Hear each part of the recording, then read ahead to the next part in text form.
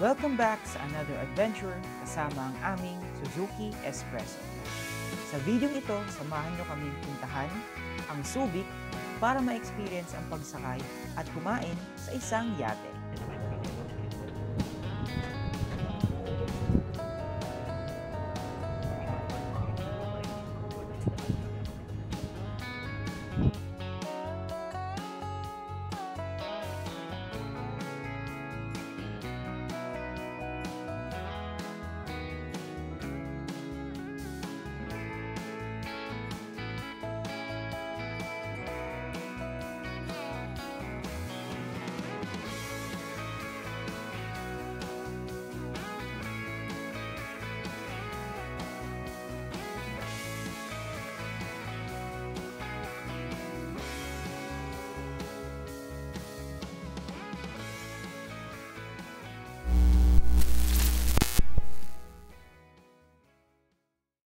Good day mga bossing!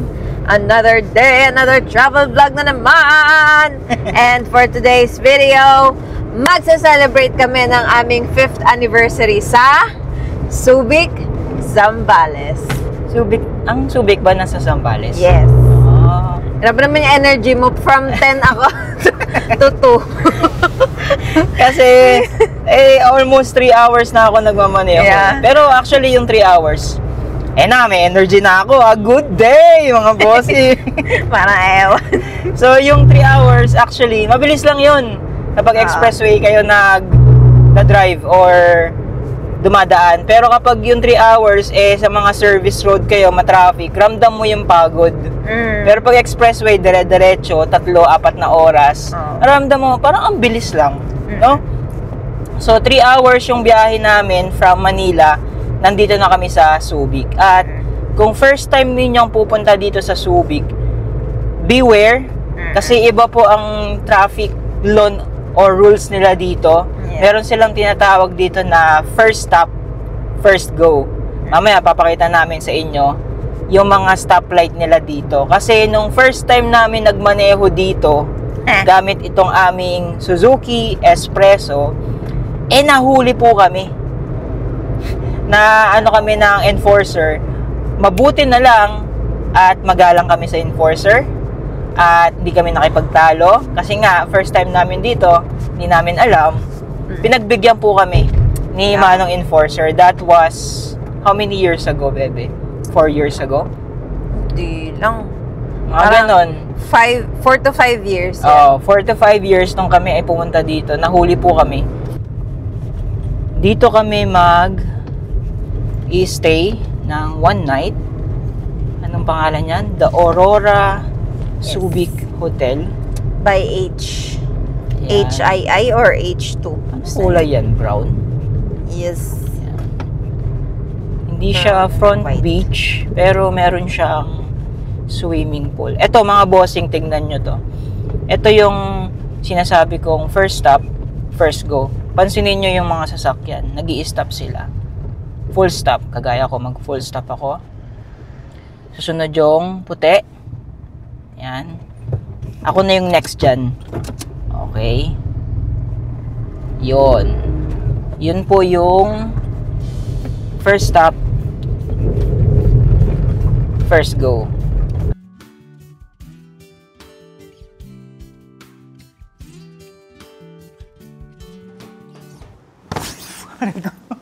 Thank you again sa Suzuki for sending yung mga merchandise kagaya nito. At syempre sa Blue Yeti na sobrang gamit na gamit naming power station kasi kahit saan man kami magpunta, kahit lumipat man ako dito ng camera, kasama pa rin namin ang Blue Yeti. Maraming salamat sa pagtitiwala kahit na maliit na YouTube channel lang kami, pinadala nyo kami ng produkto. Oras natin ay 5:40 PM. Nagpahinga lang kami saglit ng ilang oras sa hotel. Natulog si Mrs. Ako nag-ayos ng mga gamit. Binuksan ko yung bintana para pumasok yung simoy ng hangin dito sa sasakyan. At meron kaming 2 mission dito sa Subic. Ang una ay makasakay sa yate at makakain.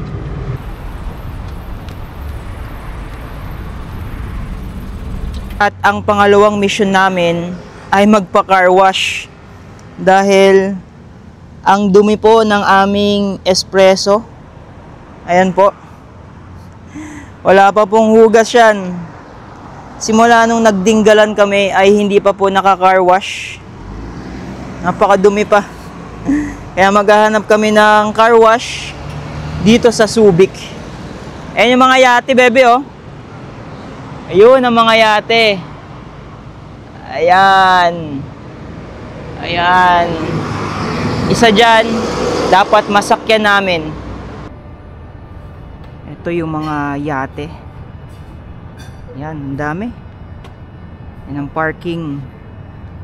docking area nila dito. Ayan. So, bukas sana makasakay kami. Tingin mo makakasakay tayo bukas? Nakapagbayad na ako eh. Malamang. Nakapagbayad ka na? Gusto ko na lamunin yung steak dun sa picture eh. So basically bukas meron kaming reservation sa isa sa mga yate na nandyan. Yun na. Ayan. Feeling ko ito yun. Sasakay kami dyan at kakain ng ilang oras.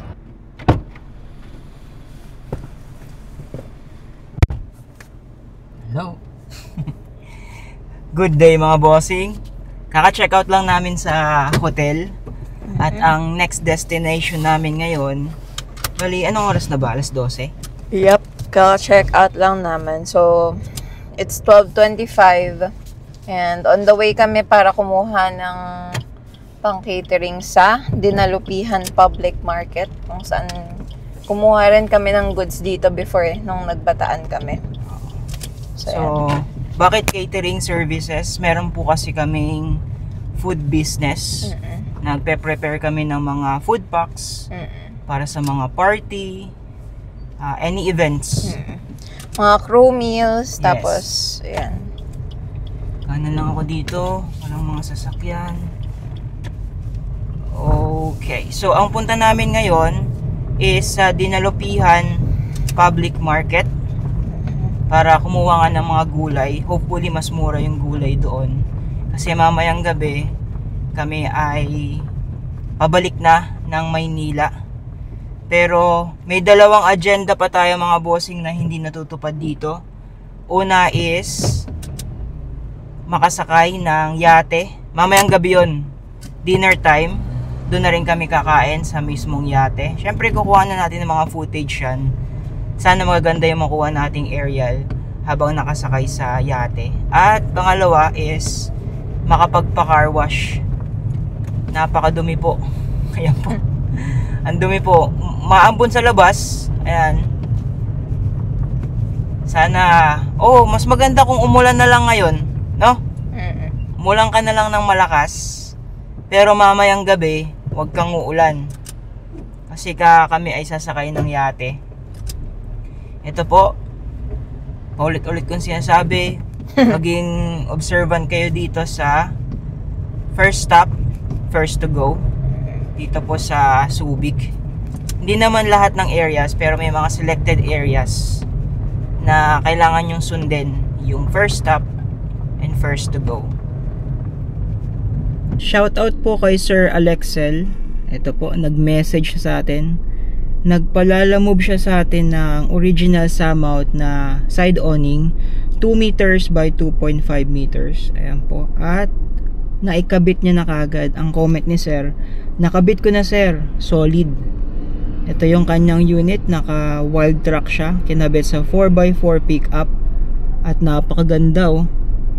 Solid nga naman talaga. Marami pong salamat bossing. Enjoy camping. Mamalengke muna tayo dito sa bagsakan ng gulay. Hello, gulay oh. Yay!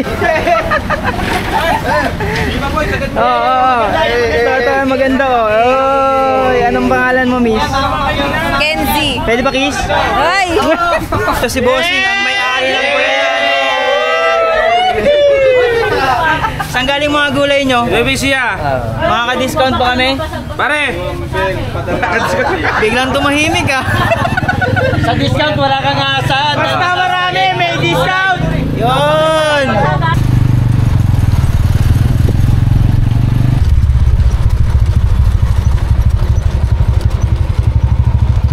Puno ang ating likuran ng mga gulay. Yan. Samot-saring gulay yan mga bossing. Tapos meron pang mangilan-ngilan sa loob. Ayan. Talong at saka okra. The rest mga gamit na namin ni Mrs. Ito nagbook si Kenzie sa La Banca Cruises.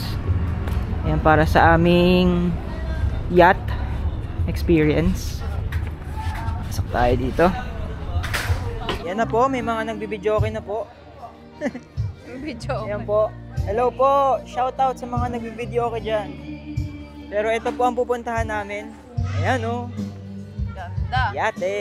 La Banca Cruises, shout out sa inyo for accommodating us. Kasi sa kanila kami nag-book sa La Banca Cruises. So, thank you very much. Baka naman. Maka-discount lang po kahit 2 lobster.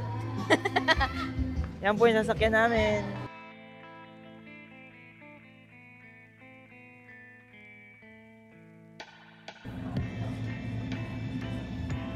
Nebe. Saan ka sasakay? Maliit na bangka. Yan po, ang aming sasakyan papuntang Mindoro.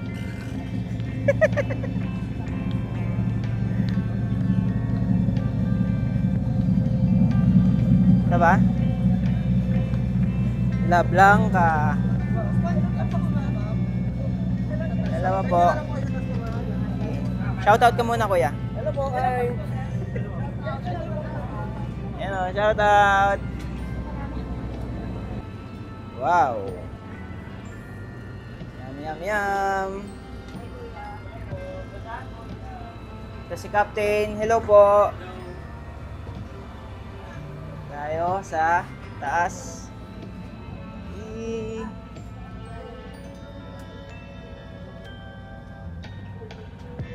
Ebe. Kain muna.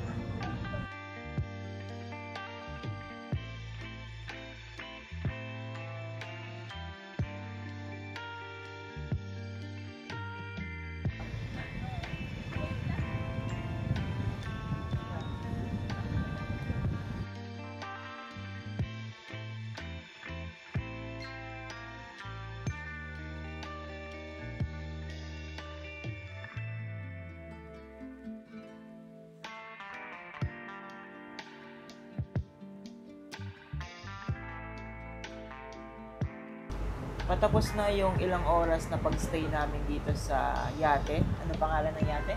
La Banca. La Banca. Dito kami sa Captain area. Ayan o. Ano ng kapitan. Go oversea. Kami. Malamig. Kasi sa hangin. Ayan. Sarap ma-experience din paminsan-minsan yung ganitong yate. Tapos kakain kayo.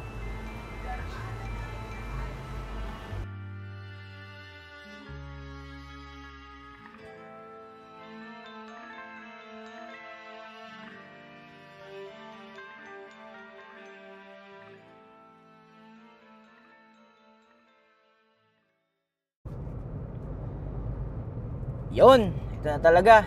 We're back on the road at maganda na ang daan. Maganda ang tanawin. Yun nga, supposedly kagabi pagtapos namin sumakay or ma-experience ang ilang oras sa yate at pagkain, uuwi na kami. Ang problema ay napagod kami ni Kenzie at inantok. Hindi naman kami pwedeng matulog dito sa loob ng sasakyan dahil puno nga ng gulay. At amoy gulay po dito. Amoy gulay po dito sa aming sasakyan ngayon. Kita nyo naman. Kaya nag-check-in na lang kami sa may pinakamalapit na ano yung pinuntahan natin kagabi? Sa Harley's Pub. Harley's Pub. Nothing fancy doon. Pero in fairness, dati kasi nung pumunta kami doon, medyo may mga negative feedback kami. Pero ngayon, mas malinis na. No, bebe? Mas Yeah. malinis na. Kasi ano yun front beach din yun. So, dati, ang feedback namin, may mga pupo ng aso. Pero ngayon, okay na. Malinis na doon, mga bossing, yung front beach nila. Nag-swimming ako. Si Kenzie, hindi nag-swimming. Ako nag-swimming. Tapos, okay din yung room nila. Kasi, mura lang naman doon. 1,000 pesos per night. Dalawa na kami ni Kenzie. Yun na yung pinakamurang nakita namin. Ayaw na namin gumastos ng mahal. Kung may mas mura pa nga sana, 500. Bakit hindi? Kaso yun na yung pinakamura nga kagabi. 11 PM na yun nung nag-book kami. Kaya doon na kami nag-go. At malapit lang din yun kung saan kami sumakay ng yate. Kaya pagdating namin, nagpahinga lang kami. Natulog. Kinabukasan, doon na rin kami kumain ng breakfast. Sinigang na hipon. Ang sarap. Good for two. Tapos, ako nga, nag-swimming ako. Sugpo. Ayun, sugpo pala yun. Lalaki kasi ng nung hipon. Tapos, nagpalipad ako saglit ng drone. May mga activities kayong pwedeng ma-experience doon. Merong jet ski. Medyo may kamahalan nga lang, 4,000 pesos for 1 hour. Kung marami kayo barkada, sulit. Pero kung dalawa lang kami ni Mrs., pricey na yun para sa amin. Next time, pag may mga kasama kami, definitely susubukan namin yan. Pwede rin kayo mag-kayak. May mga maliliit din na bangka doon. Ito po sa nagtatanong kung okay yung RFID namin. Ito po. Titingnan natin. Ayun po, okay. Binasa po. Kasi may nagtanong kung okay ba yung RFID kahit may tint. Yes, kami po ay naka super dark tint by Kirena. Baka naman. Tapos, hindi na binutasan yan. Naka-tint kami, tapos pinatong lang yung aming mga RFID. Yun na nga, napakasarap ng experience namin dito sa Subic. Parang ang daming naganap. Nagawa namin yung aming agenda na sumakay ng yate, ma-experience. Yun nga lang, yung pangalawang agenda namin na magpa-car wash, hindi na po namin nagawa. So, naglagay na lang ako ng distilled water. Ayan. Para panlinis ng aming windshield. Hindi ko na pina-car wash kasi nga, hindi rin naman malilinis itong loob. Dahil puno na to ng gamit, puno na ng gulay. Parang labas lang yung pwedeng linisan. Parang nanghihinayang naman ako. Parang lugi yung ibabayad ko kung harap lang yung, or labas lang yung lilinisan. Excited na ulit kami sa aming next adventure kasama ang aming Suzuki Espresso. Sana naman kaya kami dadalhin ng sasakyan na ito. Pero bago ang lahat, kailangan na muna namin magpaalam pansamantala. At may sasabihin si Kenzie. Don't forget to like, share, and subscribe to this video. Have a good day! Bye!